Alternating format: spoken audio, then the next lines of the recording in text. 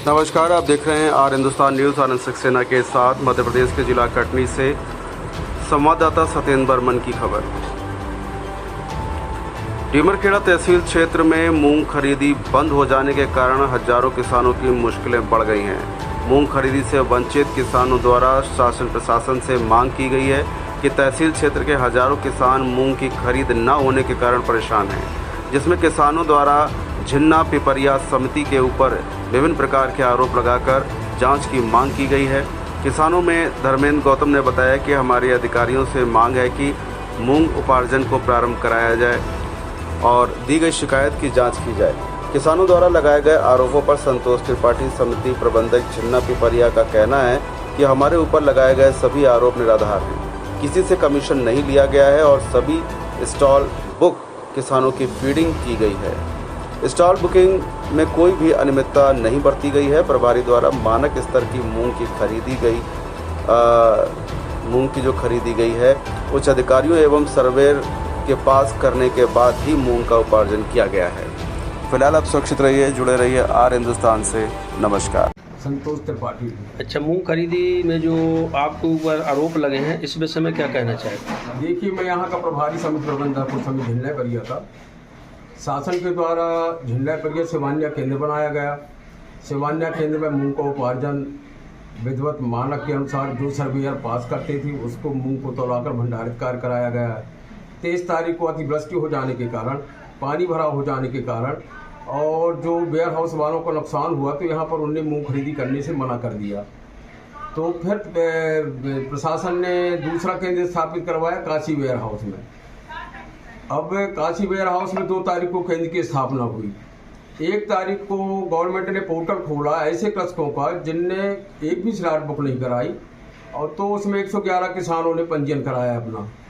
शेष कृषक 23 से 31 तक जो वंचित रह गए थे, जो सेवान्या वेयर हाउस में आकर ही बताते थे कि हमारी डेट है, तो अपन को जो मालूम हो जाता था मेरे द्वारा, तो वो सूची बनवाई जाती थी कि इन किसानों का है। उसकी जानकारी भी मैंने ऊपर भेजा। उस जानकारी को बुलाकर 3 तारीख को 4 तारीख को सुबह भोपाल स्तर से 255 कृषकों को पुनः मौका दिया गया मूंग तोड़वाने के लिए। अब एक साथ चूंकि 5 तारीख डेट लास्ट थी और 366 किसानों से मूंग तौल कराना था, भारी भीड़ जमा हो चुकी थी। अब जिसमें ऐसी स्थिति में मेरे द्वारा 4 ग्रेडरों की व्यवस्था की गई थी, जिसमें चारों ग्रेडरों से मूंग छन्ना पंखा लगाकर क्रय की गई है कृषकों से, और जो सर्वेयर पास करता था उस मूंग को मेरे द्वारा तौलाकर भंडारित कार्य कराया गया। जहाँ तक ये मेरे ऊपर जो आरोप लगाए गए धर्मेंद्र गौतम के द्वारा, इनका पंजीयन कुल 28 कुंटल का था। इनके द्वारा सेवान्या वेयर हाउस में कोई किसी भी तरह की मूंग नहीं लाई गई तौल कराने के लिए। इनका मेरे को पता चला लास्ट डेट में 5 को शाम में इनने मेरे से संपर्क किया कि मैं मूंग लेके आया। मैंने कहा आप अपना पंजीयन दिखाइए, तो इनने कहा कोई इंद्र कुमार दुबे का है। मैंने कहा इंद्र कुमार दुबे जी के नाम में तो चढ़ नहीं सकती, चूंकि उनका होना जरूरी है कृषक का। फिर इसके बाद में इनके रिलेटिव थे, वहाँ किसान संघ के सभी पदाधिकारी थे, उनकी मूंग भी तोड़ रही थी। उनके सामने ये बातें हुई। उनने जो अध्यक्ष श्री बसंत मिश्रा, उनने कहा कि आप इनकी मूंग तौल करवा दीजिए। 32 बोरियाँ थी, 35 बोरियाँ थी। उनकी मूंग को तौल करवाकर बसंत मिश्रा जी के नाम में उन्हीं ने फीड करवाया और कोई विवाद ही नहीं है। उनसे किसी तरह रुपए मांगा गया। कितनी खरीदी थी? कुल खरीदी 10,918 कुंटल हुई है 599 कृषकों से। 2933 कृषक थी। काशी वेयर हाउस में कितनी खरीदी?